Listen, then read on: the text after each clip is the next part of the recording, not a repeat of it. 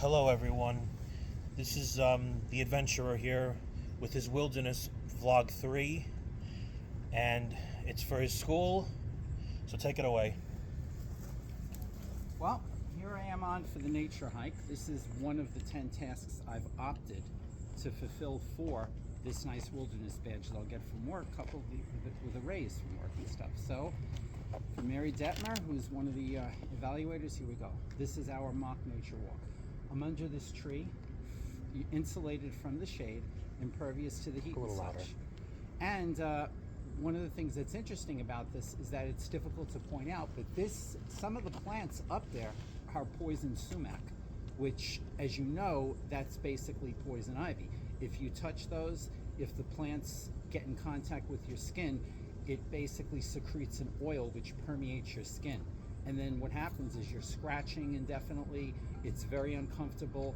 You know, it's basically a chore to do anything. You know, calamine lotion becomes actually your best friend when it comes to something like that. So just underneath like this, it's like some of these plants and trees right now, as we see, they're greenish. They insulate us from the heat. And there are some dead leaves to the right over there. Difficult to make this out because of the thing, but this is exactly what it is. And there's a whole bunch of trunks, thank God. The poison sumac plants are up above where I'm not able to get that, but fortunately, thank God, at least they can't fall down, they can't literally do anything. And I'm definitely elated because of that. No two ways about that. Otherwise than that, it's just very comfortable over here on this mock nature hike. I wish I was in the Adirondacks or the wilderness, but unfortunately, this will have to suffice. If we're looking up there, there's some leaves that are exhibiting incidences of discoloration due to the fact that I guess we're close to the fall. A lot of times, I've been at this plant before, some of the leaves actually are brownish. They fall off the ground, and it's, you know, it literally looks like it's fall, like September, October, minus this heat, which is in the high 80s easily.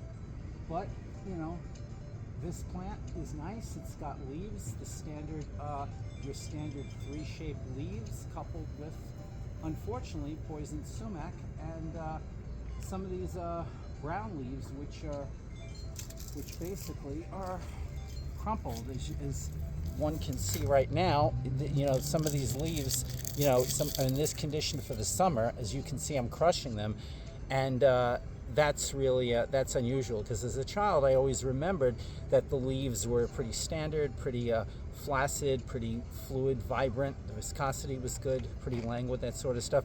But yeah, scratch, vibrant, solvent. But yeah, crushing them like that, this is indicative of the fall. Maybe the heat basically saps a lot of the liquids and the potions from that. I don't know. But Anthony, okay. But over this one now, you can hold that. I'll direct your attention to this other plant. We have this one. This plant, I don't recognize the species. I was never an expert in, I guess, hieroglyphics or identifying plant species. In Boy Scouts, I like things like fruits and stuff, and I was interested in plants, but not as an expert, and certainly not to do a dissertation here, but this is a fun little exercise, so I'm doing this. Some of these markings on the tree here, you know, they look Mayan. They look almost like Indian writing, resembling that. It makes you wonder if, like, how long this tree was actually around. In the 1600s, 1700s, did someone carve these markings into the tree, or did they just render incisions along the bark and skin? I mean, who knows actually, but it's certainly interesting. I've seen this a lot. But yeah, if I didn't know better, I'd feel I was in an Indian wilderness. And so this is interesting over here. These are pretty standard trees, and like I said, I think the heat is taking its toll on it and evaporating a lot of the liquid and fluid and moisture that's prevalent in the leaves, because this is basically the beginning signs of chlorophyll. You see right now what I'm doing, it's like, you know, that's what I'm literally able to crush that. And this is indicative or evidence of leaves that lose their moisture, even something like this. Or, like I said, brown things like this. These condition of these leaves are akin to September and October. But if I try to, let's say, cut this, because it has moisture, it's not really going to collapse or be cut. Then over here, this is an interesting plant. Again, I have just pointing out the thing. I don't know exactly what this is, but this is interesting. You can pretty sturdy, latch onto it. There's lichens over here, which is very interesting. The lichens over there, which it makes actually describing it's interesting because then I can describe something I see and then I can elucidate and elaborate on it. That's nice. Again, little vestiges of lichen over here. And then back over here, we have the same thing. More leaves. I don't know the names, but there's vestiges of some discoloration over here. And again, we have signs of fall literally rearing its ugly head. Because I'm just going to say the reason leaves are vibrant during the summer is because they have fluid in them, liquids. That makes anything have more substance and depth. Certain foods like ice, certain foods like chicken. You know, regular chicken has moisture and liquid, and that's why it always has some definition to it. But freeze-dried chicken is pure solid with the water removed, so when you bite into it, it literally shrinks in your mouth. I've tried it. I don't think it's palatable, but it has the nutrients, and I guess in space that's the most laudable thing to do. But with chlorophyll, what happens is during the fall, the sun basically, there's a chemical reaction, which means that chlorophyll, the lack of chlorophyll, or the complement of chlorophyll situated inside the leaves dissipates. And because of that, what happens is a chemical reaction causes the various multitude of colors that we see in the fall. You're driving on the highway, you see the leaves around September, October, red, yellow, orange, purple. That's because chlorophyll essentially is breaking down the sentient idiosyncrasies of each leaf. And technically, when the leaves are changing color, they're dying. Who would have thought something that's supposed to be morbid like death is actually beautiful and scintillating? But it certainly is, you know. So, and then these other leaves, I guess up here, there's other instances and signs of chlorophyll. I mean, I never thought I'd ever see a day in the summer when we would have leaves like these in this condition like that, where you could just literally crush them like that. I always expected this to be in September, October. You know, maybe it's because the environment's changing when I'm a child. I don't know, but I do know that it's certainly interesting. Maybe this was always the case. I don't know. Maybe leaves did lose some chlorophyll, or they changed color like this, so they became almost like dead, you know, in July and August. Maybe. I don't know. But directing our attention over here, this plant, you know, again, this is standard leaves, and these are all brown. These are probably dead, or they're close to it. I can see a little minute residue of green on the vines. So it might be kind of hovering between a state of death and life, sort of like barely hanging on without a pulse. So otherwise than that, then there's other leaves here. There's a nice breeze emanating from here. I'm making this as naturally oriented as I can. The bark over there is very interesting. You see some of it falling. This is actually sentient matter from a tree. This is wood. It's a bark, and and those markings over there are friendly neighborhood markings. I do not know if that's a language or an attempt to communicate, or just somebody, I don't know, 10, 15 years ago that decided to run amok and have fun with some handiwork. This may be an alien language. How about that? Maybe aliens visited? Go figure. And maybe this is an alien language. I mean, we laugh about it, but hey, you never know, right? I mean, the government's supposedly going to admit aliens exist, so we'll see.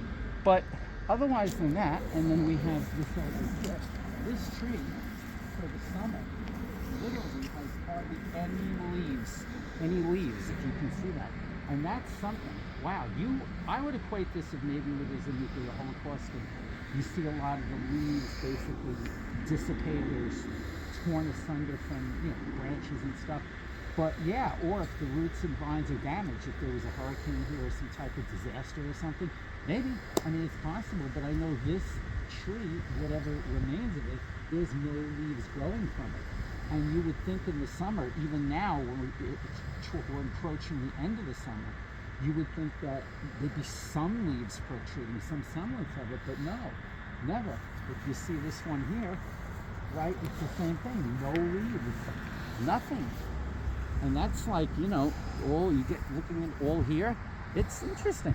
I mean, it's interesting, you know, it's interesting doing this because at least this isn't just, oh, a tree and blah, blah, blah. I'm able to elaborate a little bit and, you know, discuss a little bit of myself in this mock nature walk that we're going to. So it's been very interesting going over to this. I think this is pine wood. I know, but these leaves are interesting. Bristle cones, these things right here. What do you call acorns? Pine cones. Acorn. Pine cones. Pine cones. And what this thing is, I'm not sure what that is, but I've never even premature pine cones. Okay, they're not fully grown. My friend is assisting me in recording this. This is premature pine cones. Wow, maybe early embryonical infants. I don't know. And this is the mother, the adult. Sorry, no mean to hurt you. So these are some of the very interesting things in nature that exist. They're fascinating. Nature has its own kaleidoscope of shapes, colors. Flowers can be interesting shapes. It can be interesting, eclectic shapes and colors. Animals, eclectic shapes and colors. Flowers, plants, even clouds, I mean, to a certain degree. It's like, it can be very interesting. Grass. Some areas have red grass. Dirt is gold. Go figure. So it is interesting. You know, you're just pointing up here, looking at all of that, and this last thing over here, you know, this one is interesting because this one is vibrant and replete with a lot of leaves, which is indicative of, you know, August for the summer. So it is something. It's real. So yeah, weird. It's like one tree. Wow, it's like, you're sure it's summer? You could have fooled me. This is like October where all the leaves are dead or falling off for November minus the weather. Dragonfly. This is more, yeah. Look, there's a dragonfly. Oh, where? Right there. So there's a dragonfly that is interesting. And dragonfly, how many minutes is that? 12 minutes and 15 seconds. Okay. I think basically we're fine. This is my nature walk. And this should be it. Go ahead, my friend. Get that dragonfly. That is a very interesting bluish type insect. And I'm not an expert on it, but it seems to be very comfortable there. And I think we'll end on this note and not disturb its nesting place. I want to thank my friend Anthony for this, helping me get my raise at work. No problem. And my award with my club too, both serves too. Now we can cut this.